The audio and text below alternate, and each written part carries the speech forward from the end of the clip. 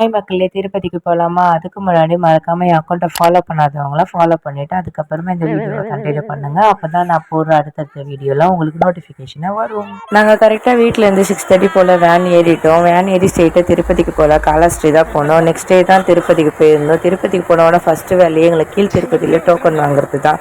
அந்த வீடியோஸில் சரியாக என்னால் கவர் பண்ண முடியல.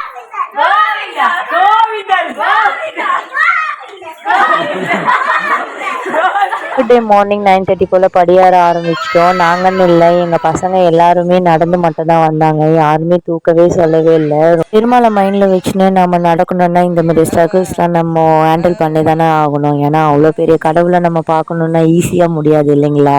அதுக்காகவே நாங்கள் நடந்தோம். நாங்கள் நடக்கிறதுன்னு எல்லாமே எங்கள் சித்தியும் என்னுடைய தங்கச்சியும் குங்குமஞ்சள்லாம் வச்சுட்டு வந்தாங்க. அது ரொம்பவே கஷ்டங்க. ஃபுல் வீடியோ என்னுடைய யூடியூப்பில் இருக்குது, கீழே டேக் பண்ணுறேன், மறக்காமல் செக் அவுட் பண்ணி பாருங்கள். நெக்ஸ்ட் பார்ட்டில் பார்க்கலாம். பாய்.